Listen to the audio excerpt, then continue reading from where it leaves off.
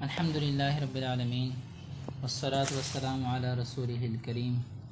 وعلی آلہ وصحبہ اجمعین ومن تبعہم بإحسان الی یوم الدین اما بعد فاعوذ باللہ من الشیطان الرجیم بسم اللہ الرحمن الرحیم رب اشرح لی صدری ویسر لی امری واحلل عقدۃ من لسانی یفقہوا قولی ربنا زدنا علما وفہما اللہم فقہنا فی الدین اللهم إنا نسألك علما نافعا ورزقا طيبا وعملا متقبلا ربنا آتنا من لدنك رحمة وهيئ لنا من أمرنا رشدا۔ جی آج ہم نے باب قال حدثنا ابو الیمان یہاں سے پڑھنا ہے۔ تو آپ کے سامنے عبارت پڑھی گئی تھی۔ عبارت کے پڑھنے میں جو بھی طلباء و طالبات غلطیاں کریں گے ہم اس وقت اسے مینشن نہیں کریں گے فوراً سے، بلکہ جب میں دوبارہ حدیث کا ترجمہ کر رہا ہوں گا، اس کی وضاحت کر رہا ہوں گا، تو اسی دوران ہی آپ نے سمجھ جانا کہ میری کون سی غلطی تھی۔ قال حدثنا ابو الیمان قال حدثنا شعیب عن الزہری قال اخبرنا ابو ادریس عائد اللہ بن عبد اللہ ان عبادۃ بن الصامت رضی اللہ عنہ، سیدنا عبادہ بن صامت رضی اللہ تعالی عنہ ان سے حدیث ہے، وکان شہید بدرن، اور یہ جنگ بدر میں بھی حاضر ہوئے تھے، وہو احد النقباء لیلۃ العقبہ، یہ ان 12 نقیبوں میں سے ہیں جو لیلۃ العقبہ یعنی عقبہ والی رات میں جنہوں نے اللہ کے نبی صلی اللہ علیہ وسلم سے بیعت کی تھی۔ یہ عقبہ والی رات سے مراد کہ مدینہ میں ہجرت کرنے سے پہلے اللہ کے رسول صلی اللہ علیہ وسلم نے 12 صحابہ کو تیار کیا تھا، مدینہ کی طرف بھیجا تھا ان کو۔ یہ بھی انصاری صحابی تھے، عبادہ بن صامت رضی اللہ عنہ، مدینہ میں ہی تھے لیکن بیعت کرنے آپ صلی اللہ علیہ وسلم کے پاس آئے۔ تو وہ جس مقام پہ بیعت کی اس مقام کا نام تھا عقبہ۔ اہل مدینہ کی تعلیم و تربیت کے لیے آپ صلی اللہ علیہ وسلم نے یعنی 12 آدمیوں کو اپنا نائب مقرر کر لیا تھا، یوں سمجھ لیجیے۔ تو یہاں پہ جو ابو ادریس عائد اللہ بن عبداللہ راوی ہیں وہ فرماتے ہیں کہ یہ روایت عبادہ بن صامت رضی اللہ عنہ سے ہے۔ اب عبادہ بن صامت رضی اللہ عنہ کے متعلق مزید وضاحت ہو رہی ہے کہ یہ جنگ بدر میں بھی حاضر ہوئے تھے، اور مزید وضاحت ہو رہی ہے، اور یہ ان 12 نقباء میں سے ہیں جو عقبہ مقام پہ آ کر اللہ کے نبی صلی اللہ علیہ وسلم سے جنہوں نے بیعت کی تھی۔ یعنی وہ بیعت کس مقصد کے لیے کی تھی؟ ہم بیعت کر رہے ہیں آپ سے، اب آپ نے آگے جا کر یوں جو ہے وہ دین اسلام کی تبلیغ کرنی ہے۔ یعنی یوں سمجھ لیجیے دوسرے لفظوں میں، یہاں سے جو ہمارے سامنے نقطہ واضح ہو رہا ہے، پہلے نمبر پہ نقطہ وہ یہ ہے کہ جب بھی ایک تحریک چلتی ہے، جب بھی دعوت و تبلیغ کا کام شروع ہوتا ہے، تو سب سے پہلے ان لوگوں سے بیعت لی جائے جو لوگ اس دعوت و تبلیغ کے مشن کو اٹھائے ہوئے ہیں، مطلب جو مبلغین ہیں، جو واعظین ہیں، سب سے پہلے ان سے بیعت لینی چاہیے۔ کس بات پر وہ آگے حدیث میں اس کی وضاحت ہو رہی ہے۔ یہ پہلا نقطہ یہ لکھ لیجئے کہ واعظین سے بھی سب سے پہلے بیعت لینی چاہیے، تاکہ جب تک وہ بیعت نہیں کریں گے، وہ پختہ عہد نہیں کریں گے، اس وقت تک یعنی اس سے فائدہ یہ ہوگا کہ سب سے پہلے ان کی اصلاح ہو رہی ہے اور ان کا تزکیہ نفس ہو رہا ہے۔ جی، ان رسول اللہ صلی اللہ علیہ وسلم قال، کہ بے شک رسول اللہ صلی اللہ علیہ وسلم نے فرمایا، وحولہ عصابۃ من اصحابہ، اور آپ کے ارد گرد اصحاب کی، صحابہ کی ایک جماعت تھی۔ عبادہ بن صامت رضی اللہ عنہ فرماتے ہیں کہ لیلۃ العقبہ میں جب ہم نے بیعت کی تھی نا، تو اس وقت اللہ کے نبی صلی اللہ علیہ وسلم نے ہم سے جو بیعت کی تھی کن الفاظ میں کی تھی، کیا کچھ کہا تھا، اب وہ وضاحت کرنے سے پہلے عبادہ بن صامت رضی اللہ تعالی عنہ کا یہ اشارہ چیک کیجئے، جو دوسرا نقطہ ہے ہمارا، کہ آپ کے ارد گرد صحابہ کی ایک جماعت تھی۔ اور آپ کو یہاں پہ میں تھوڑی سی وضاحت کر دوں مزید۔ اصابہ جو ہے نا، عین کے نیچے زیر اصابہ، اصابہ کہا جاتا ہے ایسی جماعت کو جس کا اطلاق 10 سے لے کر 40 تک ہو۔ یہ بھی آپ لکھ لیجئے، اصابہ کس کو کہا جاتا ہے؟ جس کا اطلاق، ایسی جماعت جس کا اطلاق 10 سے لے کر 40 تک ہو، یعنی کہ 20 بھی ہو سکتے تھے، 30 بھی۔ ایک عبادہ بن صامت رضی اللہ عنہ نے یہ چیز ذکر کی کہ آپ کے پاس آپ کے صحابہ کی ایک جماعت بھی موجود تھی جب ہم نے بیعت کی ہے۔ یہ بتانا چاہتے ہیں کہ ہم نے کوئی بیعت چھپے ڈکے نہیں کی، تمام صحابہ کے سامنے بیعت کی۔ یہ دوسرا نقطہ یہ ہمارے سامنے آتا ہے کہ جب واعظین سے بیعت کی جائے تو اس وقت صرف 1-2 لوگ نہ ہوں، کئی افراد، کم از کم 10 لوگ تو ہوں، 10 سے زائد ہونے چاہیے، تاکہ ان 10 سے زائد افراد کی موجودگی میں، یا دوسرے لفظوں میں یوں کہ لیجیے زیادہ ہونے چاہیے، 3 ہوں، 4 ہوں، 5 ہوں، جتنے زیادہ ہوں گے اتنا بہتر ہے۔ ان تمام کی موجودگی میں بیعت دینی چاہیے، کیونکہ وہ سارے کے سارے گواہ ہو جاتے ہیں۔ یہ 2 نقطے ہمارے سامنے واضح ہوئے ہیں۔ اب کیا فرماتے ہیں عبادہ بن صامت رضی اللہ عنہ؟ کہتے ہیں اللہ کے نبی صلی اللہ علیہ وسلم نے فرمایا، بایعونی، تم مجھ سے بیعت کرو، علی اس بات پر، اللہ تشرکو باللہ شیئا، نمبر 1 کہ تم نے اللہ کے ساتھ کسی کو شریک نہیں ٹھہرانا، ولا تسرقو، نمبر 2 تم نے چوری نہیں کرنی، ولا تزنو، نمبر 3 تم نے زنا نہیں کرنا، ولا تقتلوا اولادکم، نمبر 4 اپنی اولاد کو قتل نہیں کرنا، ولا تأتوا ببہتان، نمبر 5 بہتان نہیں لگانا، تفترونہ بین ایدیکم وارجلکم، تم ایسے بہتان مت لگانا جو تم بہتان باندھو گے، بین ایدیکم وارجلکم، اپنے ہاتھوں اور اپنے پاؤں کے سامنے۔ اس کا کیا مطلب ہے؟ اس کا مطلب یہ ہے کہ زیادہ تر جو بہتان تراشیاں ہوتی ہیں نا، وہ ہاتھ اور پاؤں سے ہوتی ہے۔ وہ کیسے؟ یا تو انسان اگر زبان سے کچھ نہیں کہہ رہا، پہلے تو اللہ کے نبی صلی اللہ علیہ وسلم نے بہتان تراشی سے منع کرتے ہیں، لا تأتوا ببہتان، تم بہتان کے پاس نہ جاؤ اپنے ہاتھوں اور اپنے پاؤں کے ذریعے، مطلب کسی کے اوپر بہتان لگانے کے لیے گھر سے نکلو بھی نہیں، یہ چیز ہے۔ یا دوسرا اس کا معنی، ولا تأتوا ببہتان تفترونہ بین ایدیکم وارجلکم، اپنے ہاتھوں سے بھی بہتان نہ باندھو، مطلب قلم اٹھا کے تم جو ہے بہتان تراشیاں شروع کر دو۔ یا تیسرا معنی اس کا، اپنے ہاتھوں سے بہتان مطلب کہ کسی کے اوپر ایسا الزام نہیں لگانا کہ جو اس کے اندر نہیں ہے، پھر اس کو تم تحریری صورت میں اس کے خلاف فیصلہ کر دو بغیر کسی ثبوت وغیرہ کے۔ وارجلکم، اور اپنے پاؤں کے سامنے، اس کا مطلب یہ ہے کہ بہتان لگانے کے لیے قدموں کو نہیں بڑھانا، اور ایسی جو ہے مجالس میں، ایسی محافل میں جہاں پر بہتان تراشیاں ہوتی ہوں، الزام لگائے جاتے ہوں، آپ کو معلوم ہو جائے کہ یہ مجلس اچھی نہیں ہے، تو آپ نے اس مجلس کو اٹینڈ نہیں کرنا۔ بہت سارے اس کے جو معنی وہ ہمارے سامنے آ سکتے ہیں۔ تو زیادہ تر ہاتھ اور پاؤں سے ہی اس کا تعلق ہوتا ہے، اس لیے اللہ کے نبی صلی اللہ علیہ وسلم نے یہ الفاظ کہیں۔ نمبر 6 ولا تعصوا فی معروف، ولا تعصوا فی معروف، نیکی کے جتنے بھی کام ہیں اللہ تعالیٰ نے حکم دیے ہیں ان میں نافرمانی نہیں کرنی۔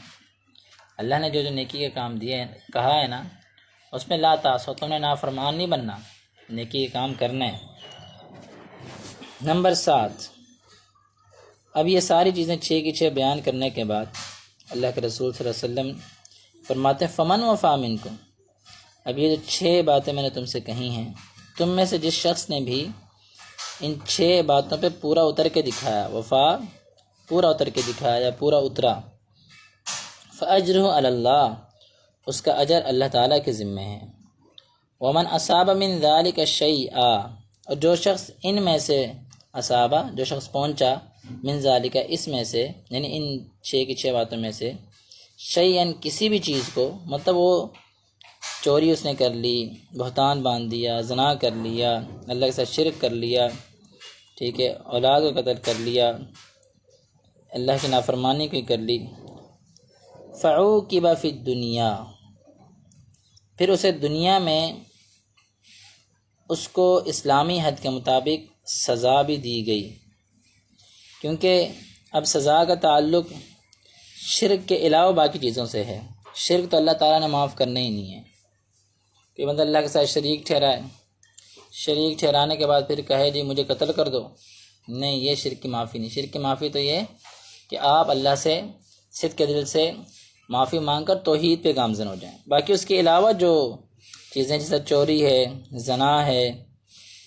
اور اس طرح کسی کے قتل ہے، یعنی اس طرح کی جو چیزیں ہیں، ان میں سے فعوقب فی الدنیا، جس کو دنیا میں ہی سزا دے دی گئی، فہو کفارۃ اللہ، تو یہ اس کے لیے کفارہ بن جائے گا۔ ومن اصاب من ذلک شیئا، اور جو شخص اصابہ پہنچا من ذالک ان میں سے شیئن کسی بھی چیز کو، مطلب وہ ان میں سے کسی کا بھی مرتکب ہوا، فہو ثم سترہ، پھر اس نے یا سترہ اللہ نے، سترہ اللہ، لفظ اللہ آگے موجود ہے،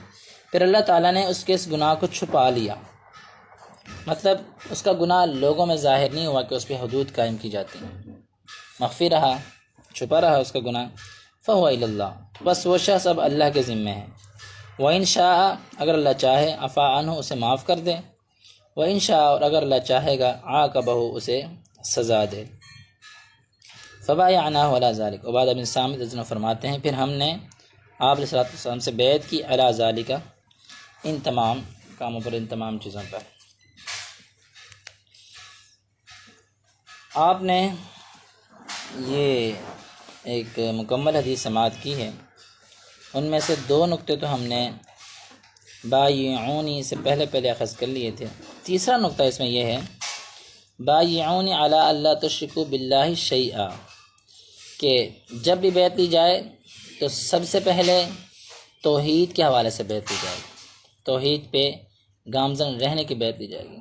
اگر مبلغ خود ہی موحد نہ ہو تو وہ آگے توحید کی تبلیغ کیسے کر سکے گا، توحید کی دعوت کیسے دے سکے گا؟ اس لیے سب سے پہلے توحید کی جو ہے وہ بیعت لی جائے گی۔ وَلَا تَسْرِقُوا وَلَا تَزْنُوا، اب دیکھیں فوراً یہ توحید کا تعلق حقوق اللہ سے تھا، اب اس کے بعد چوری کا تعلق حقوق العباد، پھر اس طرح وَلَا تَزْنُوا، یہ زنا کا تعلق جو ہے یہ حقوق اللہ سے، وَلَا تَقْتُلُوا أَوْلَادَكُمْ، یہ حقوق العباد سے، پھر اگر وَلَا تَأْتُوا بِبُهْتَانٍ، حقوق العباد سے، وَلَا تَعْصُوا فِي مَعْرُوفٍ، حقوق اللہ سے، اور حقوق العباد اس کے اندر دونوں چیزیں شامل ہیں۔ تو مجموعی طور پہ جو ہمارے سامنے چوتھا نقطہ آتا ہے تیسرے نقطے کے بعد، توحید کے بعد، وہ یہ ہے کہ صرف حقوق اللہ سے نہیں، حقوق العباد کے حوالے سے بھی بیعت لی جائے گی۔ یہ تمام جو پوری کی پوری یہ حدیث آ رہی ہے معروف تک، ولا تعصوا فی معروف، یہ 6 چیزیں، اس میں حقوق اللہ اور حقوق العباد شامل ہیں۔ تو ہم خلاصتاً یہ کہہ سکتے ہیں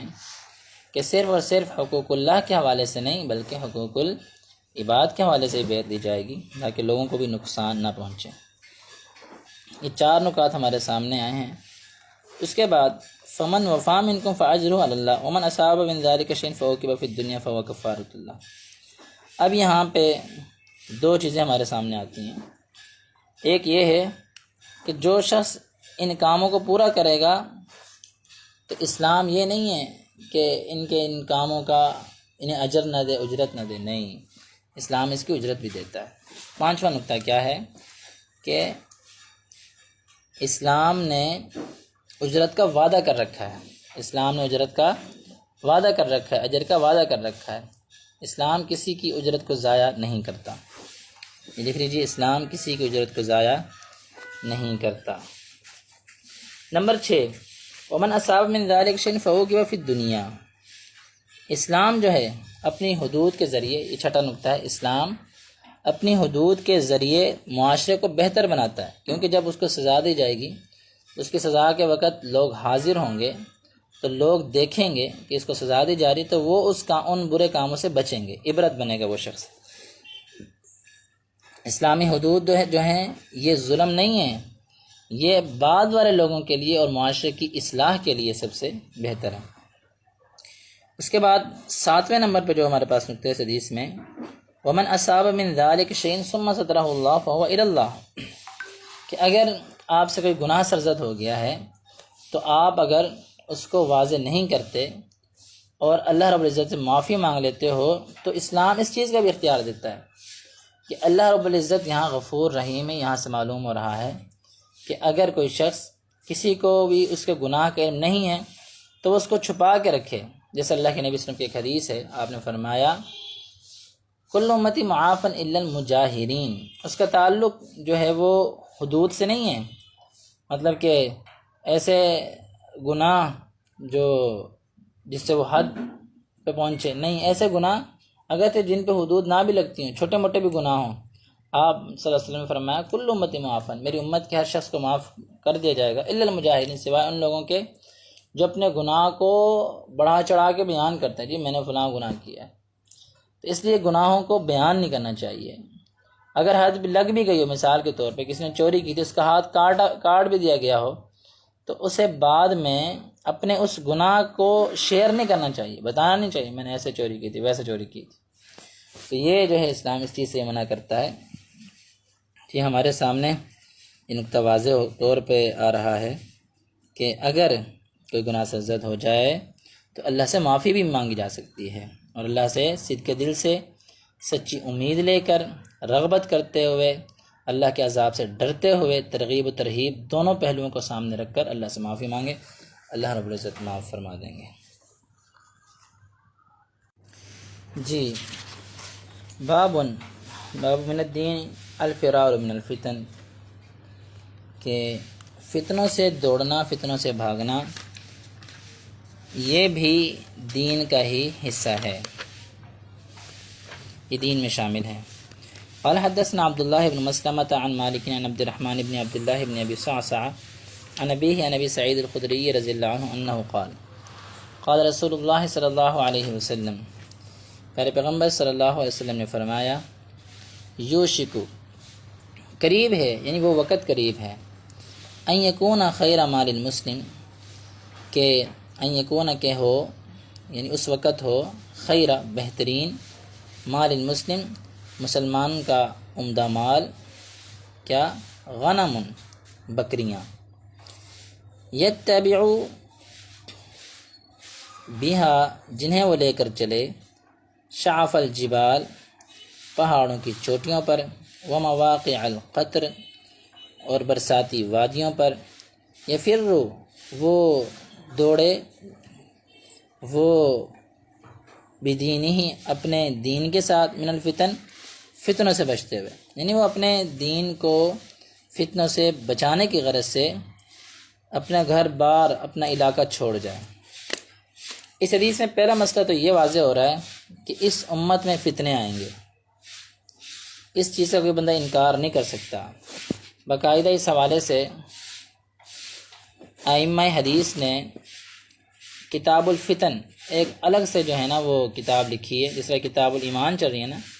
کتاب الفتن بھی الگ سے ایسی کتاب ہے، صحیح مسلم میں بھی ہے، صحیح بخاری میں بھی ہے، اس طرح کئی کتابوں میں آپ کو کتاب الفتن ملے گی۔ تو اس کا مقصد کیا ہے کتاب الفتن؟ اس لیے ہم نے پہلا نقطہ یہی لکھا ہے کہ اس امت میں فتنے آئیں گے۔ اب دوسری بات یہ بیان کی جا رہی کہ اس دوسرا نقطہ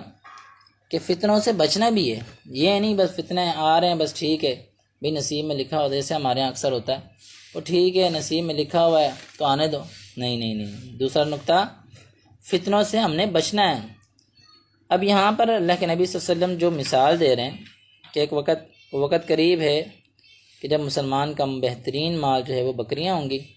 ان بکریوں کو لے کے پہاڑوں کی چوٹیوں پر اور برساتی وادیوں پر نکل جائے گا، ٹھیک ہے، صرف اس کا مقصد کیا ہوگا کہ اس کا دین بچ جائے۔ آپ نے جو مثال دی ہے اور یہ جو پیشین گوئی کی ہے، اس کا مقصد یہ ہے کہ آپ نے اپنے دین کو بچانے کے لیے ہر حربہ استعمال کرنا ہے، چاہے آپ کو اپنے علاقوں کو چھوڑنا پڑے، آپ کے گھر بار، آپ کی جائیداد، پراپرٹیز سب کچھ ختم ہوتا ہے ہو جائے، لیکن ایمان نہ ختم ہو، دین نہ ختم ہو، دین کو بچانے کے لیے آخری حربہ تک استعمال کرنا ہے۔ دو نقطے، پہلا نقطہ کہ اس امت میں فتنے آئیں گے، دوسرا نقطہ کہ ہاتھ پہ ہاتھ دھرے بیٹھنا نہیں ہے، فتنوں سے بچنا ہے، تیسرا نقطہ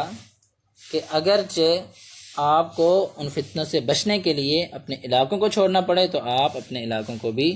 چھوڑ جائیں، ایسی جگہ ہجرت کر جائیں جہاں پہ فتنے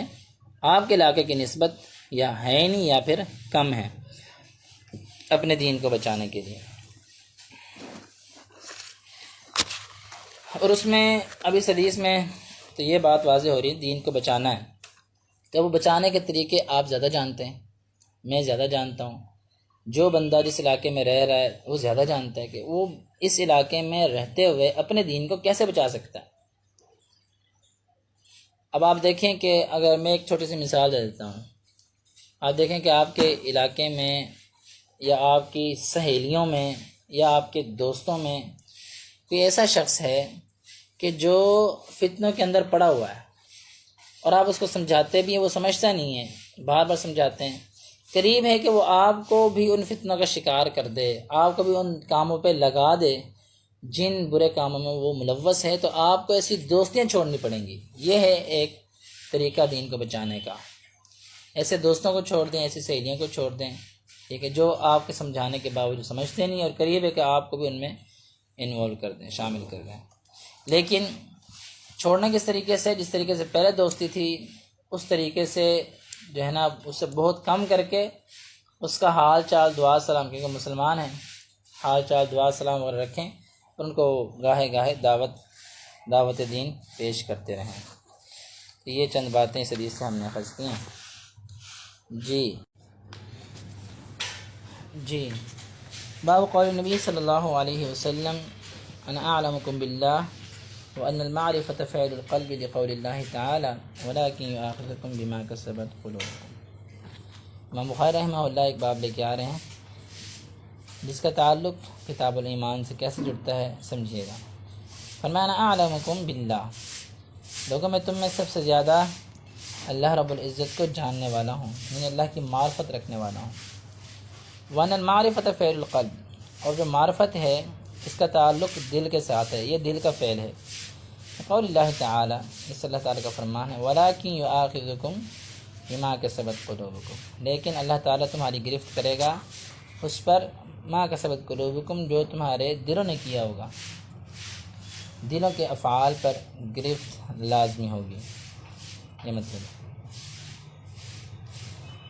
دلوں نے کیا ہوگا سے مراد عمدن، اس کے میں مزید وضاحت کر دوں، عمدن جان بوجھ کر جو آپ نے کیا ہوگا۔ مطلب ایک تو ہوتا ہے نا کہ بندہ یہ کہے کہ جی میرا تقیہ کلام یہ ہے، جیسے اللہ تعالیٰ قرآن میں فرماتے ہیں لا یؤاخذکم اللہ باللغو فی ایمانکم، تمہاری وہ قسمیں جو لغویات میں شامل، اللہ اس پہ مواخذہ نہیں کرے گا، مطلب جو تمہارا تقیہ کلام ہی بن چکا ہے ایسی قسمیں۔ وَلَكِنْ يُؤَاخِذُكُمْ بِمَا كَسَبَتْ قُلُوبُكُمْ، لیکن وہ قسمیں جو تمہارے دلوں نے اٹھائی ہوں گی۔ اب دل قسمیں تو نہیں اٹھاتا، اس کا کیا مطلب ہے؟ دلوں کی قسمیں اٹھانے سے مراد عمدن قسم، جان بوجھ کر قسم اٹھانا، ایسے ہی جان بوجھ کر کوئی بھی آپ کام کریں گے اس پر مواخذہ ہوگا، یہ مطلب ہے۔ لکھ لیجئے تاکہ آپ کو یاد رہے۔ قال حدثنا محمد بن سلام قال اخبرنا عبدة بن هشام عن عائشة قالت كان رسول الله صلى الله عليه وسلم، رسول اکرم صلی اللہ علیہ وسلم اذا امرهم من الاعمال بما يطيقون، اللہ کے نبی صلی اللہ علیہ وسلم جب بھی امرهم اپنے صحابہ کو حکم دیتے من الاعمال، اعمال میں سے کسی بھی عمل کا، بما يطيقون تو آپ اسی کام کا حکم دیتے جس کی صحابہ طاقت رکھتے ہوں، یعنی ان کی طاقت سے بڑھ کے آپ صلی اللہ علیہ وسلم صحابہ کو کوئی کام نہیں بتاتے تھے۔ اس حدیث کے اس حصے سے تو پہلی بات یہ سمجھ میں آ رہی ہے کہ اپنی رعایا کا حاکم کو خیال رکھنا چاہیے،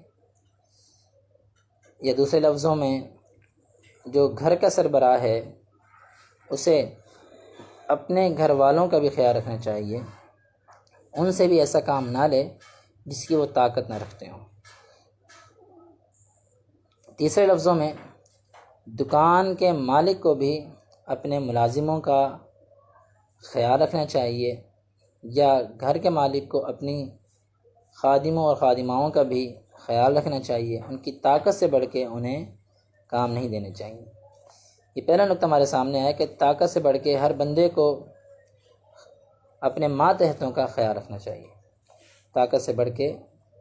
ان پہ کوئی کام، ان سے کوئی کام نہ لے۔ قالو،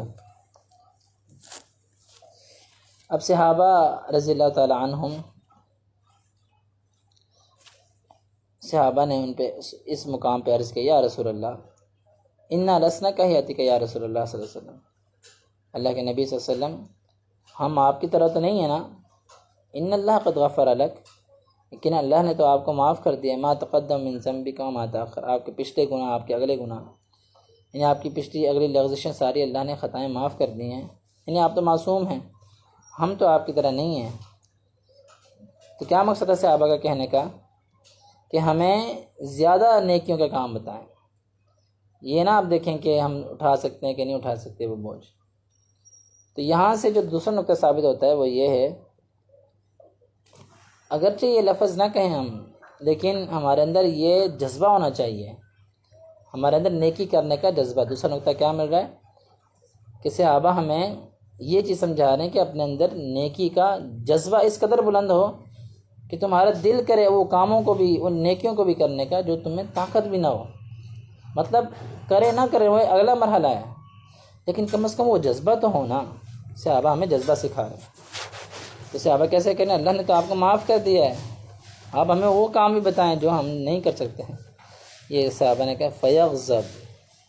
اللہ کے نبی صلی اللہ علیہ وسلم ناراض ہو گئے۔ کیسی ناراضگی؟ حتی یعرف الغضب فی وجہہ، کہ وہ ناراضگی آپ علیہ السلام کے چہرے مبارک میں دکھائی گئی، آپ کے چہرے مبارک سے ظاہر ہونے لگی کہ آپ ناراض ہیں۔ ثم یقول، لیکن پھر آپ نے فرمایا کہ آپ نے کہا ان اتقاکم واعلمکم باللہ انا، لوگو تم میں سب سے زیادہ اللہ تعالیٰ سے ڈرنے والا، واعلمکم باللہ، اور اللہ تعالیٰ کی سب سے زیادہ معرفت رکھنے والا، انا، وہ کون ہے؟ وہ میں ہوں۔ مطلب تم مجھ سے بڑھ کے عبادت نہیں کر سکتے، یہ مطلب تھا۔ اس حدیث سے جو تیسرا نقطہ ثابت ہو رہا ہے، جو ہمارے باب سے بھی تعلق رکھتا ہے، کہ جتنی زیادہ آپ کے پاس اللہ تعالیٰ کے حوالے سے معرفت ہوگی، یا جتنا زیادہ اللہ تعالیٰ کے بارے میں آپ کو علم ہوگا، آپ اتنا زیادہ اللہ سے ڈرنے والے ہوں گے۔ ان اتقاکم واعلمکم باللہ، دیکھیں پہلے اللہ کے نبی صلی اللہ علیہ وسلم نے فرمایا تم میں سب سے زیادہ ڈرنے والا اور تمہیں سب سے زیادہ اللہ کی معرفت حاصل کرنے والا میں ہوں۔ مطلب جب اللہ کی معرفت آ جائے گی تو ہمارے اندر اللہ کا ڈر آٹومیٹک زیادہ ہوتا جائے گا۔ اس لیے اللہ رب العزت رازق ہے، ہمیں اللہ کے رزق کو سمجھنا پڑے گا، اس پہ آپ معرفت حاصل کریں۔ دیکھیں اللہ تعالیٰ اس کو بھی رزق دے رہا ہے، اس کو بھی رزق دے رہا ہے، پتھروں کے اندر جو ہے کیڑے مکوڑوں کو رزق پہنچا رہا ہے۔ جب یہ ایسی باتیں ہمارے ذہنوں میں آئیں گی تو انشاءاللہ یقیناً ہمارے ایمان میں اضافہ ہوگا، جس طرح یہ جو حدیث ہے امام بخاری نے کتاب الایمان میں ذکر کی ہے، تو اس کا تعلق ہے ایمان میں اضافے کا، اور ہم اللہ تعالیٰ سے ڈرنے والے بھی زیادہ ہوں گے انشاءاللہ عام لوگوں کی نسبت۔ اور جو دین کا پڑھنے والے لوگ ہیں ان کو تو اللہ سے زیادہ ڈرنا چاہیے۔ اس کا اللہ تعالیٰ نے قرآن میں فرمایا ہے سورہ فاطر کے اندر، انما یخشی اللہ من عبادہ العلماء، یقیناً اللہ رب العزت سے ڈرنے والے اس کے بندوں میں سے کون ہیں؟ العلماء، وہ ہیں جو اللہ تعالیٰ کی ذات کا علم رکھنے والے ہیں۔ العلماء، علم رکھنے والے ہیں۔ تو اللہ کی ذات کا علم کیسے ہے؟ کہ ہمارے پاس قرآن کا علم زیادہ ہونا چاہیے۔ العلماء، علم رکھنے والے، ہمارے پاس احادیث مصطفیٰ کا علم زیادہ ہونا چاہیے عام لوگوں کی نسبت۔ ہمیں علم کے حصول کے لیے ہمیشہ تگودو کرنی چاہیے، ہمیں پیچھے نہیں ہٹنا چاہیے، یا دوسرے لفظوں میں ہمیں چھٹیاں نہیں کرنی چاہیے، فضول کی چھٹیاں، روزانہ کی بنیاد پر ہم حاصل کریں۔ اس حدیث کے 3 نکات ہمارے سامنے واضح ہوئے ہیں۔ جی اگلی باب من کرہ ان یعود فی الکفر کما یکرہ ان یلقى فی النار من الایمان، یہ بیان ہے اس مسئلے کے حوالے سے کہ من کرہ، جو شخص ناپسند سمجھتا ہے، ان یعود فی الکفر، کفر میں جانے کو، کما یکرہ ایسا ہی جیسے وہ ناپسند سمجھے، ان یلقا فی النار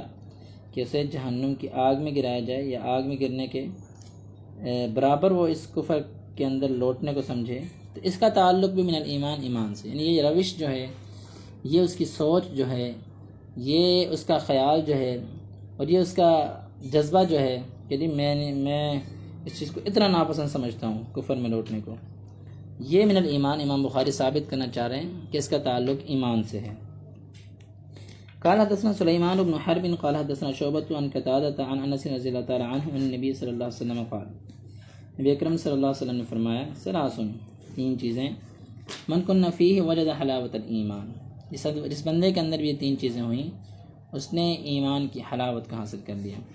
اس حدیث کو ہم پہلے پڑھائے ہیں، سمجھ کے آ چکے ہیں، اس حدیث کو ہم پہلے سمجھ کے آ چکے ہوں اور اس پر ہم نے نکات بھی اخذ کر لیے ہوں، تو دوبارہ اس پہ نکات اخذ نہیں کیے جائیں گے، بس جو اس کا تعلق باب سے وہ بیان کیا جائے گا۔ من کان اللہ ورسولہ احب الیہ مما سواہما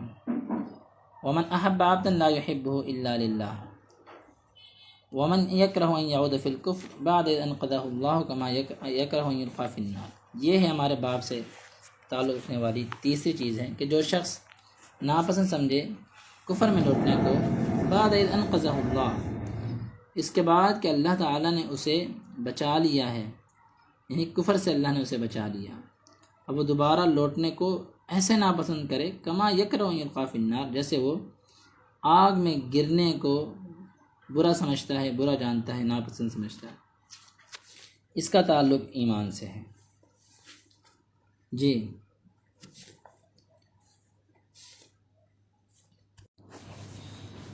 باب تفاضل اہل الایمان فی الاعمال، یہ بیان ہے کہ اہل ایمان کی ایک دوسرے کے اوپر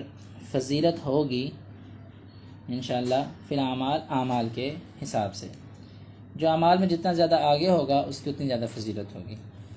قال حدثنا اسماعیل قال حدثني مالک عن عمرو بن یحیی المازنی عن ابیہ نبی سعید الخدری رضی اللہ عنہ عن نبی صلی اللہ علیہ وسلم قال، نبی اکرم صلی اللہ علیہ وسلم نے فرمایا، یدخل اہل الجنۃ الجنہ، جب جنتی جنت میں چلے جائیں گے، واہل النار النار، اور جہنمی جہنم میں چلے جائیں گے، ثم یقول اللہ تعالی، پھر اللہ رب العزت فرمائیں گے، اخرجو، نکال لاؤ، من، اس شخص کو، کان فی قلبہ، جس کے دل میں مثقال حبۃ، ایک من خردل، رائی کے دانے کے برابر، مثقال حبہ دانے کے برابر، من خردل رائی کے دانے کے برابر بھی، من ایمان، ایمان ہے، اسے بھی جہنم سے نکال لو۔ فیخرجون منہا، پھر وہ فرشتے جو ہیں وہ ان اہل ایمان کو جن کے دلوں میں رائی کے دانے کے برابر بھی ایمان ہوا، ان کو نکال لائیں گے، قد اسودوا، جو سیاہ ہو چکے ہوں گے، یعنی کوئلے کی طرح جل کر وہ سیاہ ہو گئے ہوں گے۔ فیلقون فی نہر الحیاء، پھر انہیں ڈالا جائے گا، فی نہر الحیاء، زندگی کی نہر میں، اب الحیاء، یہ راوی کو شک ہے، شک کا مالکن، یہاں پہ جو امام مالک رحمہ اللہ ہیں ان کو شک ہے کہ الفاظ میرے استاد نے عمر بن یحییٰ مازنی نے وہ حیا کے کہے تھے یا حیات کے کہے تھے۔ فینبتون کما تنبت الحبہ، تو وہ ایسے اگیں گے جیسے کہ ایک دانہ اگاتا ہے، فی جانب السیل، ندی کے کنارے پر، ندی کے کنارے پر جس طریقے سے دانے اگتے ہیں نا، وہ اس نہر میں سے اہل ایمان جو کوئلے بن چکے ہوں گے ایسے اگیں گے۔ علم ترى، کیا آپ نے نہیں دیکھا، اللہ کے نبی صلی اللہ علیہ وسلم یہ اپنے صحابہ سے اب مثال کے طور پہ جو مخاطب ہیں مثال سے سمجھا رہے ہیں، علم ترى، کیا آپ نے نہیں دیکھا، انہا تخرج، کہ جس طرح وہ جو دانہ اگتا ہے نا، صفراء ملتویہ، وہ صفرا زردی مائل، ملتویہ پیش در پیش جو ہے نا وہ دانے اگاتے ہیں۔ قال وہیب حدثنا عمرو الحیاء وقال خردل من خیر، ایک روایت میں خردل من ایمان کی جگہ خردل من خیر کے بھی الفاظ ہیں۔ اس حدیث سے جو باتیں ہمارے سامنے واضح ہوتی ہیں ان میں پہلی بات یہ ہے کہ ہمیں پہلا نقطہ اللہ کے نبی صلی اللہ علیہ وسلم عقیدہ جو سمجھا رہے ہیں وہ سمجھا رہے ہیں کہ جی جنت برحق ہے. یہ لکھ لیجئے، یہاں پہ جنت کا ذکر ہو رہا ہے، جنت برحق ہے، یہ پہلا نقطہ ہے. دوسرا نقطہ اس حدیث سے سمجھ میں آ رہی ہے بات کہ جہنم بھی برحق ہے. جس طرح جنت برحق ہے ویسے جہنم بھی برحق ہے، جنت بھی ہے جہنم بھی ہے. تیسری بات کہ جنت میں چل جائیں گے، جہنم میں چل جائیں گے، مطلب کہ جو ایسے لوگ جس کا تعلق ہمارے اس باب سے ہے، تفاضل اہل ایمان، ایسے اہل ایمان جو اعمال میں بہت زیادہ آگے بڑھے ہوئے ہوں گے، اللہ تعالیٰ ان کو جہنم سے ہمیشہ کے لیے دور رکھے گا، وہ جہنم میں نہیں جائیں گے. کیا تیسرا نقطہ ثابت ہو رہا ہے ہمارے سامنے کہ جو اہل ایمان اعمال میں زیادہ ہوں گے، اعمال میں اہل ایمان جو زیادہ ہوں گے وہ جہنم سے انشاءاللہ بچیں گے، جہنم میں نہیں جائیں گے. چوتھا نقطہ اس حدیث سے ہمارے سامنے یہ واضح ہوتا ہے کہ جو ایسے اہل ایمان جو اعمال میں کمی و کوتاہی کرتے رہیں گے، وہ چوریاں، ڈکیتیاں، زنا وغیرہ اس طرح کے برے برے اعمال حقوق اللہ میں، حقوق العباد میں، ٹھیک ہے، وہ کمی بیشی کرتے رہیں گے، خیال نہیں رکھیں گے، پامالی کرتے رہیں گے، پاسداری نہیں کریں گے عہد و وفا کی، تو ایسے لوگ جو ہیں اللہ تعالیٰ ان کو جہنم میں پھینکے گا. ایسے اہل ایمان ان کے دل میں ایمان ہے لیکن اعمال میں کمی تھی، وہ اپنے عملی کمیوں کی وجہ سے اب جہنم میں چلے گئے ہیں. لیکن وہ توحید سے لبریز تھے، توحید، عقیدہ توحید سے واقفیت تھی ان کو، اور عقیدہ توحید پہ گامزن تھے، قائم و دائم تھے، تو ان کو پھر نکالا جائے گا. یہ چوتھا عقیدہ ہمارے سامنے آ رہا ہے، چوتھا نقطہ ہمارے سامنے آ رہا ہے کہ ایسے اہل ایمان جو اعمال میں کمی کوتاہی کرتے تھے ان کو جہنم میں پہلے پھینکا جائے گا، پھر ان کو جہنم سے نکالا جائے گا. یہ چار باتیں جو ہے وہ سمجھ میں آ رہی ہیں. اور اس حدیث سے جو پانچویں بات سمجھ میں آ رہی ہے وہ یہ ہے کہ ایک واعظ کو، ایک مبلغ کو، ایک معلم کو، ایک استاد کو اپنے شاگردوں کو کوئی بات اگر سمجھانی ہو تو ان کو مثالوں سے سمجھانی چاہیے. جیسے اللہ کے نبی صلی اللہ علیہ وسلم نے صحابہ کو مثال سے سمجھایا، جیسے تم ندی کے کنارے دیکھتے ہو، اس طرح آپ نے مثال دی. تو یہ 5 نقطے اس حدیث سے ہمارے سامنے واضح ہو رہے ہیں، تو اس پہ غور و فکر کریں. ہر نقطہ آپ نے لکھنا ہے، اس کا بڑا فائدہ ہوگا آپ کو انشاءاللہ. قال حدثنا محمد بن عبید اللہ قال حدثنا ابراہیم بن سعد عن صالح عن ابن شهاب عن ابي امامة بن سهل انه سمع ابا سعید الخدری رضی اللہ عنہ یقول قال رسول اللہ صلی اللہ علیہ وسلم، رسول اکرم صلی اللہ علیہ وسلم نے فرمایا، بین انا نائم، میں سویا ہوا تھا،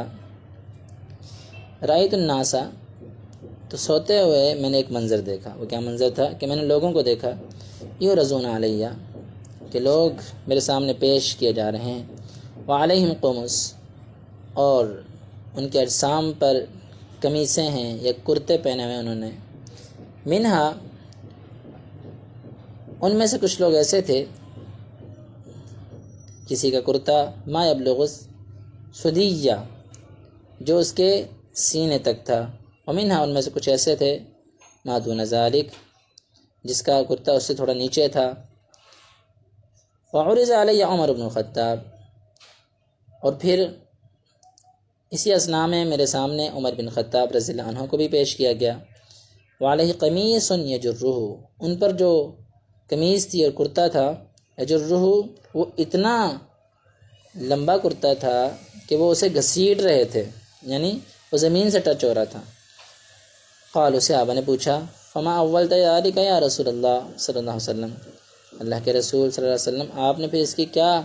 تعبیر کی ہے؟ قال الدین، آپ نے فرمایا اس کی تعبیر کیا ہے؟ دین ہے.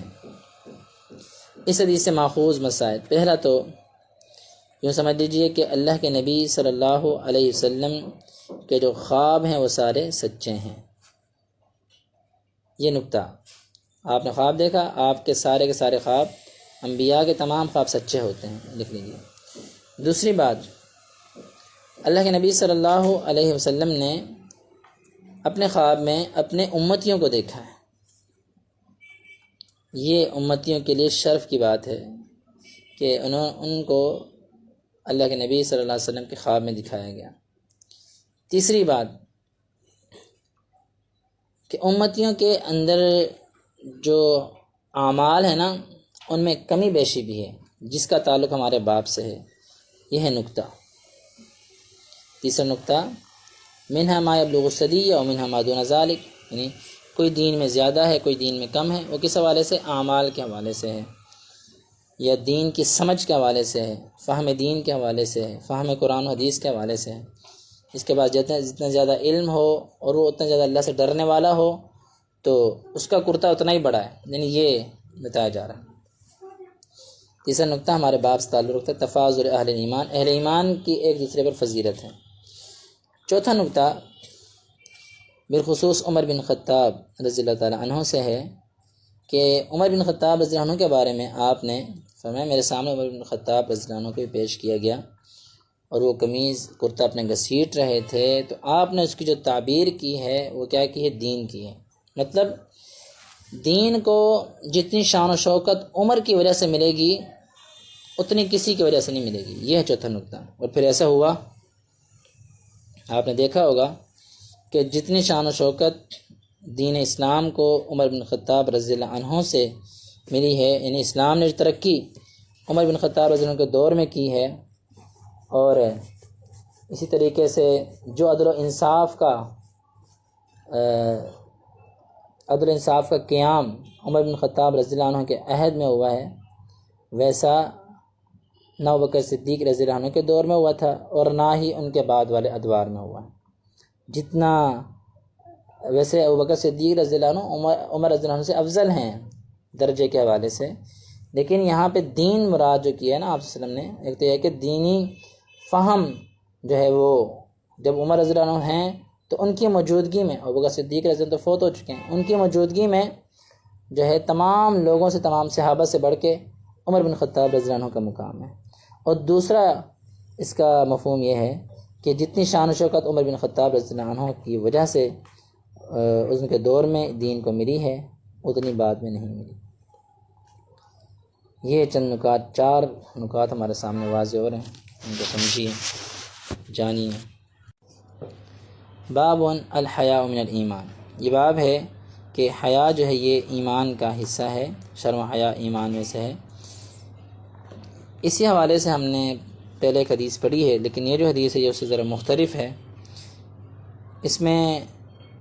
انصاری صحابی کا تھوڑا سا چھوٹا سا واقعہ نقل ہو رہا ہے اور اس سے ماخوذ مسئلہ وہ بھی سمجھیے گا۔ قال حدثنا عبداللہ بن یوسف قال اخبرنا مالک بن انس عن ابن شہاب عن سالم بن عبداللہ عن ابیہ ان رسول اللہ صلی اللہ علیہ وسلم مر علی رجل من الانصار، رسول اکرم صلی اللہ علیہ وسلم کا گزر ہوا، آپ گزرے ایک انصاری صحابہ کے پاس سے، انصاری شخص کے پاس سے، وہو یعیز اخاہ فی الحیاء، اس حال میں کہ وہ اپنے بھائی کو جو ہے وہ کچھ کہہ رہا تھا حیا کے متعلق۔ فقال رسول اللہ صلی اللہ علیہ وسلم، اللہ کے نبی صلی اللہ علیہ وسلم نے فرمایا دعہ، اسے چھوڑ دو، فإن الحیاء من الایمان، کیونکہ حیا جو ہے یہ ایمان کا حصہ ہے۔ یہاں پہ یعیز سے مراد یہ ترجمہ ہم نہیں کریں گے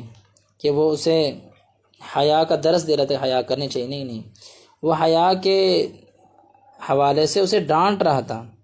یعیز کی جگہ یعاتب استعمال کیا جائے، یعاتب، اسے